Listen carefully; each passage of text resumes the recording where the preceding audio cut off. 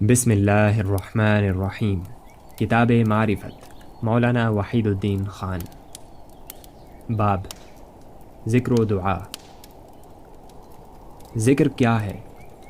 مولانا عبد الماجد دریابادی وفات 1977 نے قرآن کی آیت فاذکرونی اذکرکم 2:152 کی تشریح کے تحت اپنی تفسیر میں لکھا ہے۔ ابو بکر جساس رازی وفات 370 ہجری نے ذکر سے مراد لیا ہے آیات الہی اور ان کی عظمت و قدرت کا تفکر، اور اسی کو سارے ذکر سے افضل اور اس کی اصل قرار دیا ہے۔ احکام القرآن 112:1۔ اصل یہ ہے کہ اللہ کی ذات کا تصور ہم موجودہ دنیا میں صرف اللہ کی صفات کے ان مظاہر کے ذریعے کرتے ہیں جو ہمارے وجود میں اور کائنات میں ہر طرف بکھرے ہوئے ہیں۔ ان مظاہر فطرت میں تدبر کرنے سے ہم اللہ تعالیٰ کی معرفت حاصل کرتے ہیں۔ حقیقت یہ ہے کہ ذکر اللہ کے اسم ذات کی لفظی تکرار کا نام نہیں ہے۔ ذکر یہ ہے کہ اللہ کے تخلیقی مظاہر میں غور کیا جائے، تخلیقی کمالات کے ذریعے اللہ کی عظمت کو دریافت کیا جائے۔ یہی ذکر ہے، اور اسی ذکر کے ذریعے کسی انسان کو اللہ کی اعلیٰ معرفت حاصل ہوتی ہے۔ یہ ایک حقیقت ہے کہ ہم خدا کی ذات کا مشاہدہ نہیں کر سکتے، البتہ ہم خدا کی تخلیقات میں ضرور اس کی جھلک کو دیکھ سکتے ہیں۔ تخلیقات الہی میں اسی غور و فکر کا نام ذکر ہے، اور اسی کے ذریعے کسی انسان کو وہ اعلیٰ درجہ ایمان نصیب ہوتا ہے جس کو معرفت کہا گیا ہے۔ ذات الہی کا مشاہدہ کرنے کی کوشش انسان کو یا تو وجد، ایکسٹیسی تک پہنچاتی ہے یا کنفیوژن تک، اور یہ دونوں ہی بلا شبہ غیر مطلوب ہیں۔ اس معاملے میں اصل مطلوب چیز وہی معرفت ربانی، ڈیوائن ریئلائزیشن ہے جو تدبر اور تفکر کے ذریعے حاصل ہوتی ہے۔ اس منزل تک پہنچنے کا دوسرا کوئی رستہ نہیں۔ ذکر کثیر۔ قرآن میں بتایا گیا ہے کہ اللہ کی یاد بلا شبہ سب سے بڑی چیز ہے، وَلَذِكْرُ اللَّهِ أَكْبَرُ۔ دوسرے لفظوں میں یہ کہ کسی انسان کے لیے سب سے بڑی عبادت یہ ہے کہ وہ اللہ کو یاد کرے۔ And remembrance of God is the greatest thing۔ 29:45۔ انسان سے یہ ذکر سب سے زیادہ مطلوب ہے، چنانچہ قرآن میں بار بار کہا گیا ہے کہ اللہ کو بہت زیادہ یاد کرو، اذکروا اللہ ذکرا کثیرا۔ ذکر کثیر سے کیا مراد ہے؟ اس سے مراد کوئی عدد یا شماریاتی نصاب نہیں ہے، بلکہ اس سے مراد ایک ذہنی کیفیت ہے۔ ایک روایت کے مطابق حضرت عائشہ رضی اللہ عنہا نے کہا، کان النبی صلی اللہ علیہ وسلم یذکر اللہ علی کل احیانہ۔ صحیح مسلم حدیث نمبر 852۔ یعنی رسول اللہ صلی اللہ علیہ وسلم ہر موقع، اوکیژن پر اللہ کو یاد کرتے تھے۔ اس روایت سے ذکر کثیر کا مفہوم سمجھا جا سکتا ہے۔ احیان ہی میں ہا کی ضمیر اللہ کی طرف راجع ہے، اس کا مطلب ہے احیان اللہ، جیسے قرآن میں آیا ہے ایام اللہ۔ اصل یہ ہے کہ کوئی بھی معاملہ جو انسان کے ساتھ پیش آتا ہے اس میں آلاء اللہ کا پہلو شامل رہتا ہے۔ آلاء اللہ سے مراد اللہ کے کرشمے، ونڈرز آف گاڈ ہیں، جو ہر چیز میں شامل ہیں، کوئی چیز بھی اس سے خالی نہیں۔ ذکر کثیر کا مطلب یہ ہے کہ آدمی جس چیز کو بھی دیکھے یا اس پر جو بھی تجربہ گزرے وہ اس کو اللہ کی یاد کے لیے ایک پوائنٹ آف ریفرنس بنا لے۔ Make every experience a point of reference for the remembrance of God۔ ہر چیز اس کو خدا کی یاد دلائے، ہر تجربہ اس کے ایمان میں اضافے کا سبب بنتا رہے، ہر مطالعہ اور مشاہدہ اس کے لیے خدا سے قربت کے ہم معنی بن جائے۔ قانون شریعت، قانون رحمت۔ قرآن کی سورہ النساء میں قانون وراثت کے ذیل میں ایک آیت آئی ہے، اس کا ترجمہ یہاں نقل کیا جاتا ہے، اور اگر تقسیم کے وقت رشتہ دار اور یتیم اور محتاج موجود ہوں تو اس میں سے ان کو بھی کچھ دو اور ان سے ہمدردی کی بات کہو۔ 4:8۔ اس کا مطلب یہ ہے کہ تقسیم میراث کے وقت اگر خاندان کے ایسے افراد وہاں آ جائیں جن کو از روئے قانون میراث میں سے حصہ نہیں پہنچتا تو ان کو بھی ترکہ کے سامان میں سے کچھ دے دو اور ان کو محروم نہ لوٹاؤ۔ بظاہر یہ میراث کی ایک آیت ہے، لیکن اس میں دعا کے لیے ایک اہم پوائنٹ آف ریفرنس ملتا ہے۔ ایک مومن جب اس آیت کو پڑھے گا تو وہ تڑپ اٹھے گا، وہ کہے گا کہ خدایا یہی معاملہ میرا جنت کی نسبت سے ہے، میرے پاس کوئی بھی ایسا عمل نہیں جو مجھ کو جنت کا مستحق بنائے، لیکن میراث کی اس آیت میں تو نے یہ اصول بتایا ہے کہ تقسیم میراث کے وقت اگر کچھ ایسے افراد خانہ وہاں آ جائیں جو ازروِ قانون اس میں حصہ پانے کے مستحق نہ ہوں، تب بھی ازراہ شفقت ان کو ترکہ کے سامان میں سے کچھ دے دو۔ قرآن کی اس آیت میں ایک بندہ مومن کے لیے عظیم تسکین، سولس کا سامان موجود ہے۔ اس آیت کو لے کر ایک بندہ مومن کہہ سکتا ہے کہ خدایا، میں آخری حد تک ایک بے مایہ انسان ہوں، لیکن قرآن کی یہ آیت بتاتی ہے کہ تیری رحمت اتنی وسیع ہے کہ وہ غیر مستحق انسانوں تک بھی پہنچتی ہے۔ خدایا، تیری یہی رحمت میرے لیے امید کا سہارا ہے۔ تیرے اپنے قائم کردہ اس اصول کے حوالے سے میں تجھ سے سوال کرتا ہوں کہ عدم استحقاق کے باوجود تو مجھ کو اپنی رحمتوں میں سے حصے دار بنا دے۔ میرے جیسے غیر مستحق کو بھی تو اس جنت میں جگہ دے دے جو صرف مستحق افراد کے لیے بنائی گئی ہے۔ میں اعتراف کرتا ہوں کہ قانون شریعت کے مطابق میں جنت کا مستحق نہیں، لیکن قانون رحمت کے مطابق تو مجھ کو اپنی جنت میں داخل کر دے۔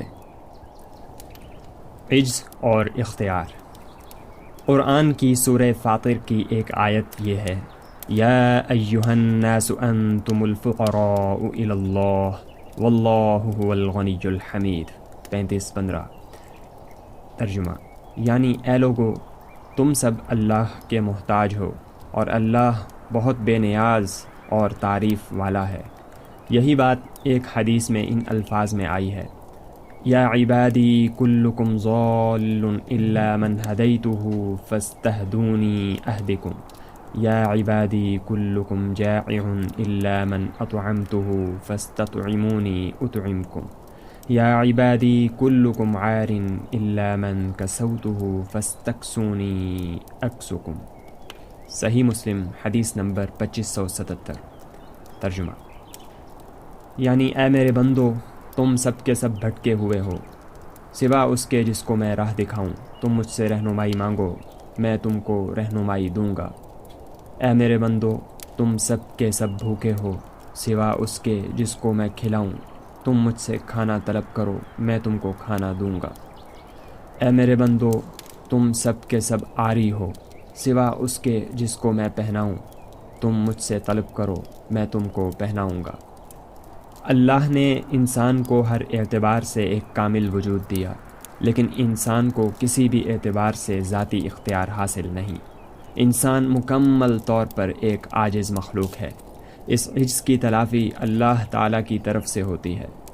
موجودہ دنیا میں اس عجز کی تلافی بقدر ضرورت کی گئی ہے، جس کا اشارہ قرآن کی سورہ ابراہیم کی اس آیت میں موجود ہے، وَآتَاكُم مِّن كُلِّ مَا سَأَلْتُمُوهُ، 14:34۔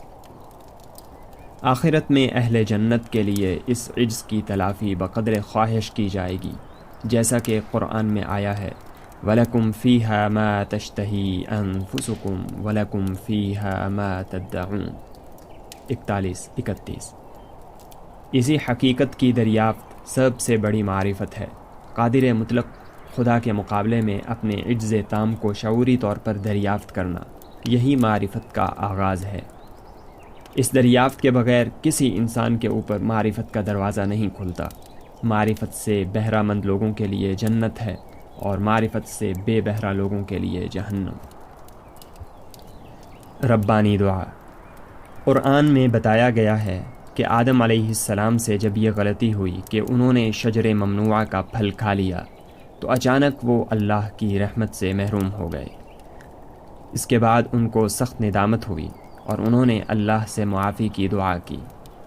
اس سلسلے میں قرآن کے الفاظ یہ ہیں، فَتَلَقَّى آدَمُ مِن رَبِّهِ كَلِمَاتٍ فَتَابَ عَلَيْهِ إِنَّهُ هُوَ التَّوَّابُ الرَّحِيمُ، 2:37۔ اس آیت میں تلقا کا لفظ استعمال ہوا ہے۔ تلقا کے لفظی معنی ہے ملنا، یعنی ٹو ریسیو۔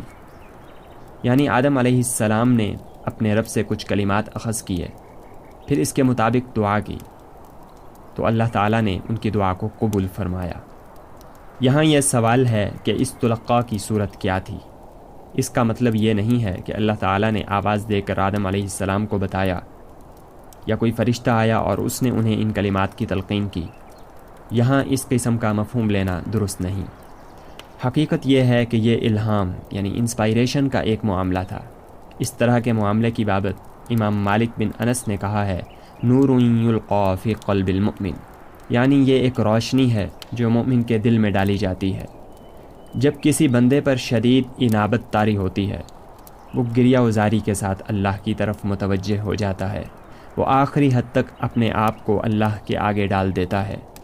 اس وقت نفسیاتی سطح پر اس کے اوپر ربانی کیفیات طاری ہوتی ہیں۔ یہ کیفیات کچھ الفاظ میں ڈھل جاتی ہیں، یہ کیفیات کچھ خاص الفاظ میں ڈھل جاتی ہیں۔ اسی کو ربانی دعا کہا جاتا ہے۔ اس قسم کی ربانی دعا اپنے آپ میں قبولیت کی پیش کی خبر ہوتی ہے۔ اس قسم کی ربانی دعا کی توفیق کس شخص کو ملتی ہے؟ یہ توفیق اس شخص کو ملتی ہے جو اپنے آپ کو کامل عبدیت کے مقام پر پہنچائے، جو اس حقیقت کو کامل سطح پر دریافت کرے کہ وہ پانے والا ہے اور خدا دینے والا۔ اس قسم کا گہرا احساس جب آدمی کے اوپر طاری ہو تو وہ ایک ایسا لمحہ ہوتا ہے جب کہ بندے کا خصوصی تعلق اللہ سے قائم ہو جاتا ہے۔ اس وقت اس کی زبان سے ذکر و دعا کے الہامی الفاظ نکلنے لگتے ہیں۔ ذکر و دعا کے انہی الہامی الفاظ کا نام ربانی دعا ہے۔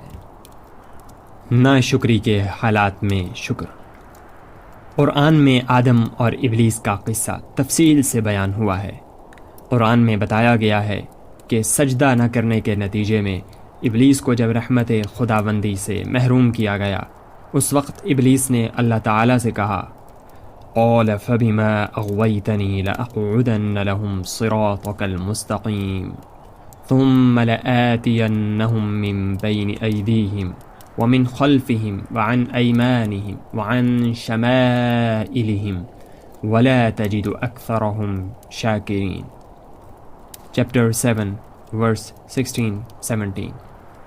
یعنی ابلیس نے کہا کہ چونکہ تو نے مجھ کو گمراہ کیا ہے، اس لیے میں بھی لوگوں کے لیے تیرے سیدھے راستے پر بیٹھوں گا، پھر میں ان پر آؤں گا، ان کے سامنے سے اور ان کے پیچھے سے اور ان کے دائیں سے اور ان کے بائیں سے، اور تو ان میں سے اکثر لوگوں کو شکر گزار نہ پائے گا۔ اس آیت میں گمراہ کرنے کا مطلب آزمائش یعنی ٹیسٹ میں ڈالنا ہے۔ ابلیس کا مطلب یہ تھا کہ میں نارمل حالات میں درست تھا، لیکن سجدے کا حکم میرے لیے آزمائش کا سبب بن گیا۔ اس آزمائش نے مجھے ناکام کر دیا اور میں تیری رحمت سے محروم ہو گیا۔ اب میں تمام انسانوں کے ساتھ یہی معاملہ کروں گا، یہاں تک کہ انسانوں کی اکثریت آزمائش میں ناکام ہو جائے گی، وہ شکر کی بجائے ناشکری کے راستے پر چل پڑے گی۔ قرآن سے ثابت ہے کہ ابلیس کو انسان کے اوپر کوئی اختیار حاصل نہیں۔ 1699۔ پھر وہ کس طرح انسانوں کو شکر سے دور کرے گا؟ اصل یہ ہے کہ دنیا کی زندگی میں ہمیشہ ناشکری کے اسباب ہوتے ہیں۔ ناشکری کے حالات میں شکر گزار بننے کے لیے ضروری ہے کہ آدمی ناشکری کے اسباب کے باوجود شکر گزار بننے کا آرٹ جانے۔ یہی وہ مقام ہے جہاں ابلیس کو یہ موقع ملتا ہے کہ وہ انسان کو بہکا کر ناشکر گزار بنا دے۔ نتیجہ یہ ہوتا ہے کہ وہ ناشکری کو شکر میں تبدیل نہیں کر پاتا، وہ ناشکری کے ہر واقعے کو عذر بناتا رہتا ہے۔ اس طرح وہ شکر کی سعادت سے ہمیشہ کے لیے محروم ہو جاتا ہے۔ ذکر ایک تفکیری عمل۔ قرآن میں امر کی زبان میں جو احکام دیے گئے ہیں، ان میں سے ایک حکم وہ ہے جس کے لیے ذکر کثیر کے الفاظ آئے ہیں۔ یہ حکم قرآن کی مختلف آیتوں میں ہے۔ ان میں سے ایک آیت یہ ہے، یا ایھا الذین آمنوا اذکروا اللہ ذکرا کثیرا، 33-41۔ یعنی اے ایمان والو، خدا کا بہت زیادہ ذکر کرو۔ ذکر کے لفظی معنی ہیں یاد کرنا، ٹو ریممبر۔ یاد ایک معنوی حقیقت ہے، نہ کہ صرف ایک لفظی حقیقت۔ یہ ایک واقعہ ہے کہ انسان جب کسی کو یاد کرتا ہے تو وہ اس کو الفاظ کے وسیلے سے یاد کرتا ہے۔ مثلا جب زید کو یاد کرنا ہو تو پہلے آدمی کے ذہن میں زید کا لفظ آئے گا، مگر یاد کے معاملے میں لفظ کی حیثیت صرف اضافی یعنی ریلیٹو ہے، نہ کہ حقیقی۔ اسی طرح جب آپ زید کو یاد کریں تو آپ کے ذہن میں ایک انسان کا تصور آئے گا، اور جب آپ خداوند ذوالجلال کو یاد کریں تو فطری طور پر آپ کے ذہن میں اس عظیم ہستی کا تصور آئے گا جو سارے زمین و آسمان کا خالق اور مالک ہے، جس کے اعلیٰ اتنے زیادہ ہیں جن کا احاطہ نہیں کیا جا سکتا۔ اعراف 74۔ اس طرح ذکر میں اپنے آپ تفکر اور تدبر اور تعقل کا مفہوم شامل ہو جاتا ہے۔ حدیث کی مختلف کتابوں میں حضرت عائشہ رضی اللہ عنہا سے یہ روایت آئی ہے، کان النبی صلی اللہ علیہ وسلم یذکر اللہ علی کل احیانہ، صحیح مسلم حدیث نمبر 373، یعنی رسول اللہ صلی اللہ علیہ وسلم ہر موقع پر اللہ کو یاد کرتے تھے۔ اس روایت کے مطابق ذکر کثیر یہ ہے کہ ہر تجربہ اور مشاہدہ آدمی کے اندر خدا کی سوچ پیدا کر دے، اس کے اندر خدا رخی سوچ، گاڈ اورینٹڈ تھنکنگ پیدا ہو جائے، پورا عالم کون، نیچر، اس کے لیے خدا کی یاد دلانے والا بن جائے۔ یہ ذکر کثیر کسی قسم کے تکرار الفاظ کا نام نہیں۔ ذکر کثیر کا فطری طریقہ یہ ہے کہ آدمی اپنے ذہن کو اتنا زیادہ بیدار کرے کہ زندگی کے مختلف حالات کے درمیان وہ ہر چیز میں خدا کی یاد کا تجربہ کرنے لگے، ہر چیز اس کے لیے یاد الہی کا ذریعہ بن جائے۔ توبہ نصوح۔ قرآن کی سورہ التحریم میں بتایا گیا ہے کہ توبہ نصوح کیا ہے۔ اس سلسلے میں ارشاد ہوا ہے، اے ایمان والو، اللہ کے آگے توبہ نصوح کرو، امید ہے تمہارا رب تمہارے گناہ معاف کر دے اور تم کو ایسے باغوں میں داخل کرے جن کے نیچے نہریں بہتی ہوں گی۔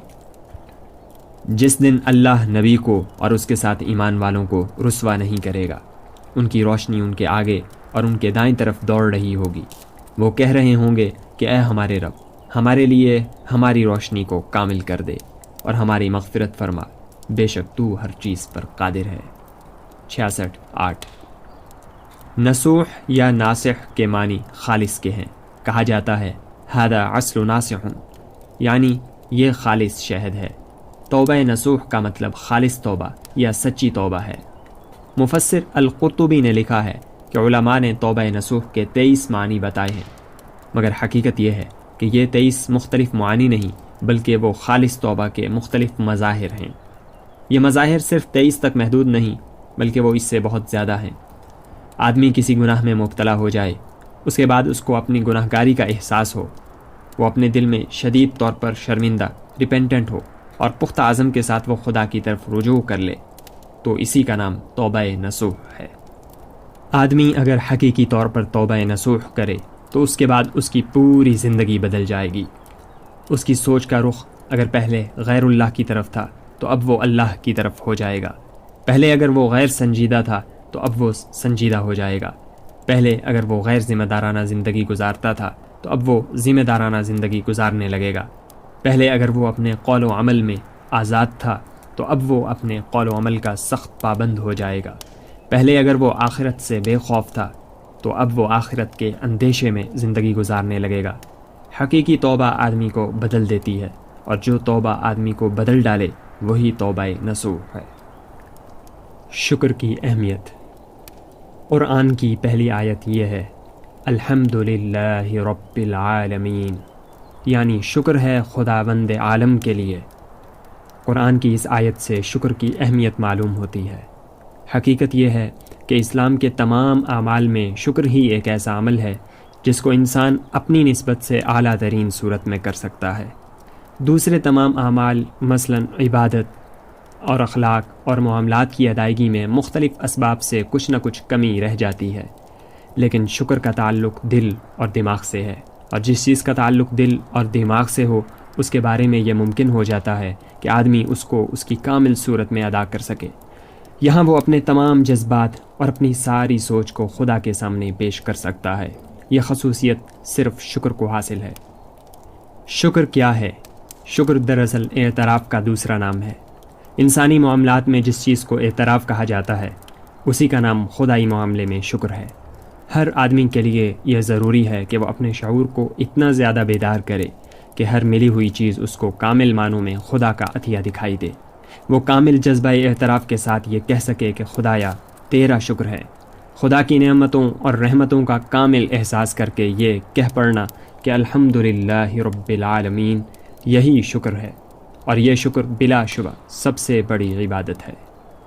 موجودہ زمانے میں وہ چیز بہت بڑے پیمانے پر موجود ہے جس کو لائف سپورٹ سسٹم کہا جاتا ہے۔ یہاں ہر چیز اس طرح بنائی گئی ہے کہ وہ کامل طور پر انسان کے لیے موافق اسباب کی حیثیت رکھتی ہے۔ ایسی حالت میں یہ ہونا چاہیے کہ انسان جب اس دنیا میں چلے پھرے اور اس کو استعمال کرے تو وہ شکر اور اعتراف کے جذبے سے سرشار ہو۔ موجودہ دنیا کی تمام قیمتی چیزیں انسان کو سر تا سر مفت میں ملی ہوئی ہیں۔ سچا شکر ہی ان چیزوں کی قیمت ہے۔ جو آدمی یہ قیمت ادا نہ کرے اس کی حیثیت اس دنیا میں غاصب کی ہے، اور غاصب کے لیے بلا شبہ سزا ہے نہ کہ انعام۔ شکر کے احساس کے بغیر اس دنیا میں رہنا بلا شبہ ایک ناقابل معافی جرم کی حیثیت رکھتا ہے، عورت کے لیے بھی اور مرد کے لیے بھی۔ قرآن کا توسیعی مفہوم۔ قرآن ایک آفاقی کتاب ہے۔ قرآن کا پیغام ایک ابدی پیغام ہے۔ قرآن کی آیتوں کا ایک ابتدائی مفہوم ہوتا ہے اور دوسرا اس کا توسیعی مفہوم یعنی ایکسٹینڈڈ میننگ۔ قرآن کو گہرائی کے ساتھ سمجھنے کے لیے اس حقیقت کو جاننا بہت ضروری ہے۔ قرآن کی سورہ الاسراء میں نماز فجر کا ذکر کرتے ہوئے ارشاد ہوا ہے وَقُرْآنَ الْفَجْرِ إِنَّ قُرْآنَ الْفَجْرِ كَانَ مَشْهُودًا 1778، یعنی نماز فجر میں قرآن کی طویل قرات کرو کیونکہ فجر کی قرات حضوری کی قرات ہوتی ہے۔ اس کا مطلب یہ ہے کہ فجر کا وقت سکون اور یکسوئی کا وقت ہوتا ہے، اس لیے اس وقت کی قرات خصوصی کیفیات کی حامل بن جاتی ہے۔ اس آیت کا ایک توسیعی مفہوم یہ ہو سکتا ہے کہ آدمی صبح کی نماز اول وقت ادا کرے اور پھر واک کرنے کے لیے وہ کسی پارک میں جائے یا ایسے مقام پر جائے جہاں نیچر کی ہریالی ہو۔ ایسے مقام پر صبح کے وقت ایک قسم کا ملکوتی ماحول ہوتا ہے۔ اس ماحول میں آدمی خدا کی نشانیوں پر غور کرے، وہ قرآن کی آیتوں کو پڑھے، وہ تخلیق میں خالق کی معرفت حاصل کرے۔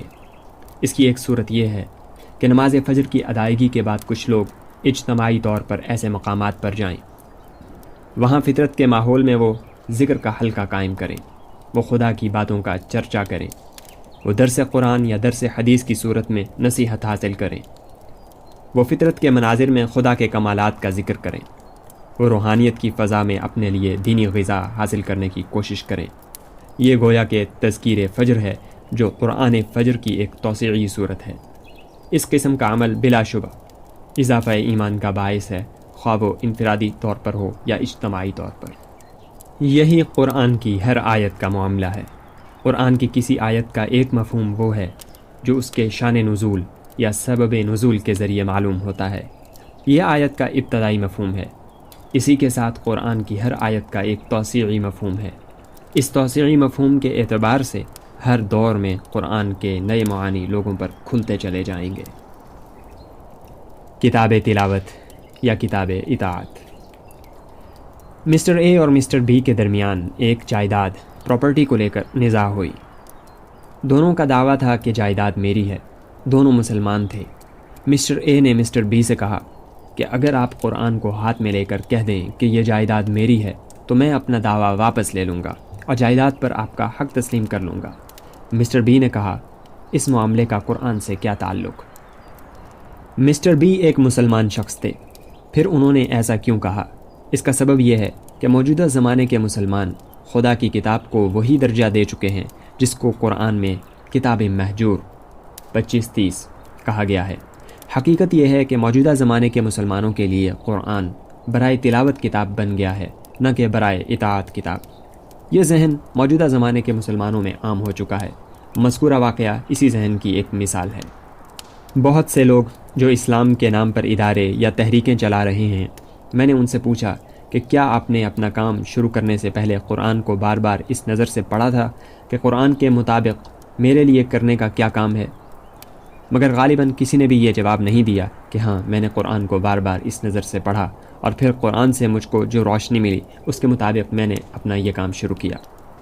ایسے لوگ بہت ملیں گے جو قرآن کی تفسیر پڑھیں گے یا عربی زبان سیکھنے کی کوشش کریں گے تاکہ وہ قرآن کو براہ راست سمجھ سکیں، لیکن ایسا کوئی شخص مشکل سے ملے گا جو قرآن کو اپنے قول و عمل کے لیے ایک رہنما کتاب، گائیڈ بک بنائے ہوئے ہو۔ یہی موجودہ زمانے کے مسلمانوں کی سب سے بڑی کوتاہی ہے۔ مسلمان جب تک قرآن کو اپنے لیے رہنما کتاب نہیں بنائیں گے، ان کا کوئی معاملہ درست ہونے والا نہیں۔ مطالعہ قرآن کی اہمیت۔ حضرت عبداللہ بن عباس رضی اللہ عنہ کا قول ہے، یعنی جس نے قرآن کو پڑھا وہ کبھی ناکارہ عمر تک نہیں پہنچے گا۔ الترغیب والترہیب، حدیث نمبر 1435۔ اس عصر میں قرآن پڑھنے سے مراد قرآن کا مطالعہ ہے۔ جو آدمی قرآن کا گہرا مطالعہ کرے گا اس کو قرآن سے مستقل فکری غذا انٹلیکچول فوڈ ملتی رہے گی۔ یہ فکری غذا آدمی کو مسلسل توانائی دیتی رہے گی۔ اس کا نتیجہ یہ ہوگا کہ وہ ناکارہ عمر ایبجیکٹ اولڈ ایج تک نہیں پہنچے گا۔ اس کا ذہن مسلسل طور پر بیدار اور متحرک ایکٹیو رہے گا۔ ایسے آدمی کا جسم بوڑھا ہوگا لیکن اس کا دماغ کبھی بوڑھا نہیں ہو سکے گا۔ ریسرچ کے ذریعے یہ معلوم ہوا ہے کہ انسان کے جسم اور دماغ میں ایک فرق ہے۔ خالص حیاتیاتی اعتبار سے جسم پر بڑھاپا آتا ہے لیکن دماغ یا برین پر بڑھاپا نہیں آتا۔ کوئی آدمی اگر اپنے دماغ کو منفی سوچ نیگیٹو تھنکنگ سے بچائے، وہ مکمل طور پر اس کو مثبت سوچ پازیٹیو تھنکنگ کا حامل بنائے تو اس کے دماغ پر بڑھاپا نہیں آئے گا۔ کوئی شخص قرآن کا گہرا مطالعہ کرے تو اس کو ہر دن قرآن سے تخلیقی افکار کی غذا ملتی رہے گی۔ اس کو کبھی ذہنی فاقہ انٹلیکچول سٹارویشن کا تجربہ نہیں ہوگا۔ اس کا دماغ مسلسل طور پر سرگرم رہے گا، وہ مسلسل طور پر تخلیقی فکر سے بھرا رہے گا۔ مادی غذا جس طرح جسم کو طاقت دیتی ہے، اسی طرح فکری دریافتیں انسان کو توانائی عطا کرتی ہیں۔ انسان کے لیے سب سے زیادہ پرجوش تجربہ دریافت، ڈسکوری کا تجربہ ہے۔ قرآن کا گہرا مطالعہ کرنے والے کو مسلسل طور پر اس قسم کا تجربہ ہوتا رہتا ہے۔ یہی تخلیقی تجربہ کسی آدمی کے لیے اس امر میں مانع بن جاتا ہے کہ وہ بڑھاپے کی عمر تک پہنچے اور عملاً ناکارہ ہو کر رہ جائے۔ صبح کی تلاوت۔ قرآن کی سورہ الاسراء میں نماز فجر کی تلاوت کے بارے میں ارشاد ہوا ہے، ان قرآن الفجر کان مشہودا 17:78، یعنی فجر کی قرأت حضوری کی قرأت ہے۔ روایات سے معلوم ہوتا ہے کہ صبح سویرے کا وقت ایک خصوصی وقت ہے۔ اس وقت فرشتوں کا زیادہ بڑا اجتماع ہوتا ہے۔ اس طرح فرشتوں کی زیادہ بڑی تعداد نمازی کی قرأت کی گواہ بن جاتی ہے۔ صبح کے وقت فرشتوں کا زیادہ بڑا اجتماع کوئی پراسرار چیز نہیں۔ فرشتوں کا خاص کام یہ ہے کہ وہ انسان کے اندر ربانی کیفیات پیدا کریں۔ صبح کا پرسکون وقت اس ملکوتی عمل میں خصوصی طور پر مددگار بن جاتا ہے۔ اس معاملے کی ایک توسیعی صورت بھی ہے۔ مثلاً آپ نے اول وقت میں فجر کی نماز ادا کی اور امام کی زبان سے طویل قرأت کو سنا۔ اس کے بعد تلاوت قرآن سے احساس کو لے کر آپ مسجد سے باہر نکلے اور کسی کھلی فضا میں گئے جہاں سرسبز درخت ہیں اور فطرت کا ماحول ہے۔ اس وقت جب آپ قرآن کے پیدا کردہ ذہن کو لے کر فطرت پر غور کرتے ہیں تو آپ کو ایسا محسوس ہوتا ہے کہ آپ کی قرآنی سوچ اور خارجی ماحول دونوں ایک ہو گئے ہیں۔ فطرت کے مناظر خاموش زبان میں گواہی دے رہے ہیں کہ قرآنی فکر کے تحت جو کچھ تم سوچ رہے ہو بلا شبہ وہ ایک عالمی حقیقت ہے۔ جب ایک شخص صبح کے وقت فطرت کے ماحول میں خدا کی باتوں پر غور کرتا ہے تو اس وقت اس کو اپنے ماحول کے اندر خدا کی موجودگی، پریزنس آف گاڈ کا احساس ہونے لگتا ہے۔ اس پر وہ کیفیت طاری ہوتی ہے جس کو حدیث میں ان الفاظ میں بیان کیا گیا ہے کہ خدا کی عبادت اس طرح کرو جیسا کہ تم اس کو دیکھ رہے ہو۔ یہ کیفیت کوئی انسان خود سے اپنے اندر پیدا نہیں کر سکتا۔ یہ کیفیت بلا شبہ فرشتوں کی مدد سے پیدا ہوتی ہے۔ یہ داخلی سوچ کا خارجی ماحول میں مشاہدہ کرنا ہے۔ یہ ایک اعلیٰ عبادت ہے اور ایسی عبادت کا تجربہ فرشتوں کی مدد کے بغیر ممکن نہیں۔ قرآن میں تدبر۔ قرآن کی سورہ صاد میں نزول قرآن کا مقصد بتاتے ہوئے ارشاد ہوا ہے کہ یہ ایک مبارک کتاب ہے جو ہم نے تمہاری طرف اتاری ہے تاکہ لوگ اس کی آیتوں پر تدبر کریں اور تاکہ عقل والے اس سے نصیحت حاصل کریں۔ 38-29۔ تدبر سے کیا مراد ہے؟ تدبر کا مطلب صرف یہ نہیں ہے کہ قرآن کی تلاوت کرتے ہوئے آپ اس کو دھیان کے ساتھ پڑھیں اور اس کے مفہوم کو سمجھتے ہوئے اس کی تلاوت کریں۔ یہ طریقہ بھی بلا شبہ مفید ہے، لیکن قرآن کے اعلیٰ معانی تک رسائی کے لیے یہ طریقہ کافی نہیں۔ قرآن میں تدبر کے بنیادی طور پر دو پہلو ہیں، غور و فکر اور دعا۔ غور و فکر کیا ہے؟ اس کو میں نے ایک واقعے سے سمجھا۔ ایک بار میری ملاقات ایک مسلم ادیب سے ہوئی۔ ان کے ساتھ مجھے کچھ وقت گزارنے کا موقع ملا۔ ان کا کہنا تھا کہ میں غالب کا عاشق ہوں۔ میں نے پایا کہ وہ غالب کے اشعار کے نہایت گہرے معانی بتاتے ہیں۔ انہوں نے بتایا کہ غالب کے دیوان کو وہ صرف پڑھتے ہی نہیں بلکہ وہ اسی میں جیتے ہیں۔ ان کے الفاظ میں غالب کے اشعار ہر وقت میرے ذہن میں گھومتے رہتے ہیں۔ یہی تدبر ہے۔ تدبر کا مطلب صرف یہ نہیں کہ تلاوت کے وقت قرآن کے معانی پر دھیان دیتے ہوئے آپ اس کی تلاوت کریں۔ تدبر یہ ہے کہ قرآن آپ کے دماغ پر چھایا ہوا ہو، قرآن کی آیتیں ہر وقت آپ کے ذہن میں گھومتی رہیں، آپ قرآن کی آیتوں کو لے کر سوئیں اور قرآن کی آیتوں کے ساتھ جاگیں۔ قرآن سے اس طرح کے فکری تعلق پیدا ہو جانے کا نام تدبر ہے۔ تدبر کی دوسری لازمی شرط یہ ہے کہ آدمی برابر اللہ سے دعا کرتا رہے۔ دعا کا مطلب یہ نہیں ہے کہ رب زدنی علما جیسے الفاظ اپنی زبان سے دہراتے رہیں۔ دعا کا آغاز اپنے عجز کی دریافت سے ہوتا ہے۔ جس آدمی نے دریافت کے درجے میں اپنے عجز کو نہیں جانا، وہ گویا کہ اللہ سے دعا کرنے کا اہل بھی نہیں۔ تلاوت قرآن۔ قرآن کی تلاوت وہ چیز ہے جس کے متعلق ارشاد ہوا ہے کہ ایمان والے وہ ہیں کہ جب اللہ کا ذکر کیا جائے تو ان کے دل دہل جائیں، اور جب اللہ کی آیتیں ان کے سامنے پڑھی جائیں تو وہ ان کا ایمان بڑھا دیتی ہیں اور وہ اپنے رب پر بھروسہ کرتے ہیں۔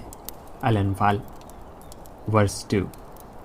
دوسری جگہ قرآن میں ارشاد ہوا ہے کہ جب وہ اس کلام کو سنتے ہیں جو رسول پر اتارا گیا ہے تو تم دیکھو گے کہ ان کی آنکھوں سے آنسو جاری ہیں، اس سبب سے کہ انہوں نے حق کو پہچان لیا۔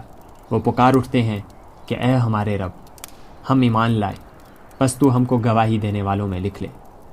الانعام ورس 83-84۔ قرآن براہ راست خدا کا کلام ہے۔ اس میں خداوندی جلال کی گرج ہے، اس میں ابدیت کے احساس کو جگانے والی بجلیاں ہیں، اس میں وہ نور ربانی ہے جو کسی کے اندر اترے تو اس کے پورے داخلی وجود کو روشن کر دے، اس میں وہ شعلہ حق ہے جو کسی قلب پر اترے تو اس کو کوہ طور کی طرح ریزہ ریزہ کر دے۔ ایسے کلام کی تلاوت سادہ طور پر تکرار الفاظ کا نام نہیں ہوتی، وہ دل و دماغ میں آگ لگانے کے ہم معنی ہوتی ہے۔ یہی وجہ ہے کہ قرآن کا بار بار پڑھنا شخصیت انسانی میں ایک انقلاب پیدا کرنے کا ذریعہ ہے۔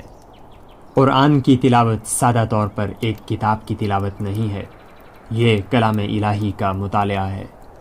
یہ گویا بالواسطہ انداز میں خدا سے ہم کلام ہونا ہے۔ ایسی حالت میں تلاوت قرآن کے درمیان اس کے مطابق کیفیات کا ظہور ہونا چاہیے۔ اگر اس غیر معمولی کلام سے مطابقت رکھنے والی کیفیات آدمی کے اندر پیدا نہ ہوں تو سمجھا جائے گا کہ وہ غفلت میں مبتلا ہے، اس نے زندہ شعور کے ساتھ قرآن کو نہیں پڑھا۔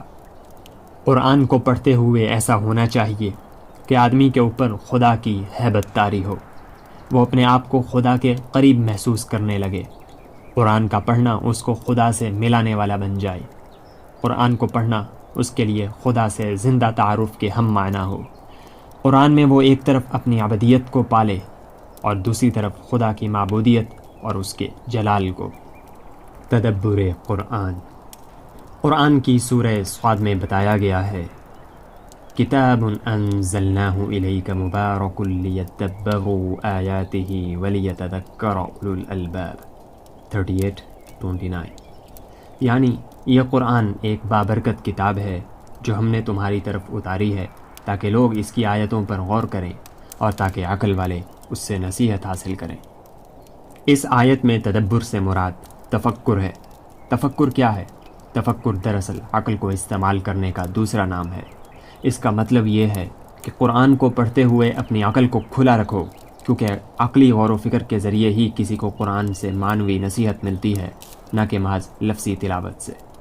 اس کا طریقہ یہ ہے کہ آدمی جب قرآن کی تلاوت کرے تو اس وقت وہ اپنی عقل کو استعمال کرتے ہوئے اس کی تلاوت کرے۔ اسی طرح جب وہ نماز میں قرآن کا کوئی حصہ پڑھے تو وہاں بھی وہ اپنے عقل و فہم کو کھلا رکھتے ہوئے قرآن کی تلاوت کرے۔ کوئی شخص جب اس طرح قرآن کی تلاوت کرے گا تو بار بار ایسا ہوگا کہ قرآن کی کوئی آیت یا قرآن کا کوئی لفظ اس کی عقل کو اسٹرائک کرے گا۔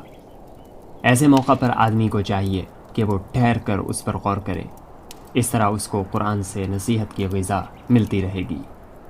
مثال کے طور پر قرآن کو پڑھتے ہوئے یہ آیت آپ کے سامنے آئی فَأَثَابَهُمُ اللَّهُ بِمَا قَالُوا جَنَّاتٍ تَجْرِي مِن تَحْتِهَا الْأَنْهَارُ 585۔ اس آیت کو پڑھتے ہوئے آپ کو یہ حدیث یاد آئی من قال لا الہ الا اللہ دخل الجنہ سنن الترمذی حدیث نمبر 2638۔ اس کے بعد آپ نے سوچا کہ دونوں آیتوں میں مطابقت کیا ہے۔ پھر غور کرنے کے بعد آپ کی سمجھ میں آئے گا کہ حدیث میں جس قول کا ذکر آیا ہے اس کی تشریح قرآن سے ہوتی ہے، یعنی حدیث میں جس قول پر جنت کا وعدہ کیا گیا ہے اس سے مراد قول معرفت ہے، نہ کہ محض لفظی قول۔ یہی وہ چیز ہے جس کو تدبر اور تفکر یعنی کنٹمپلیشن کہا گیا ہے۔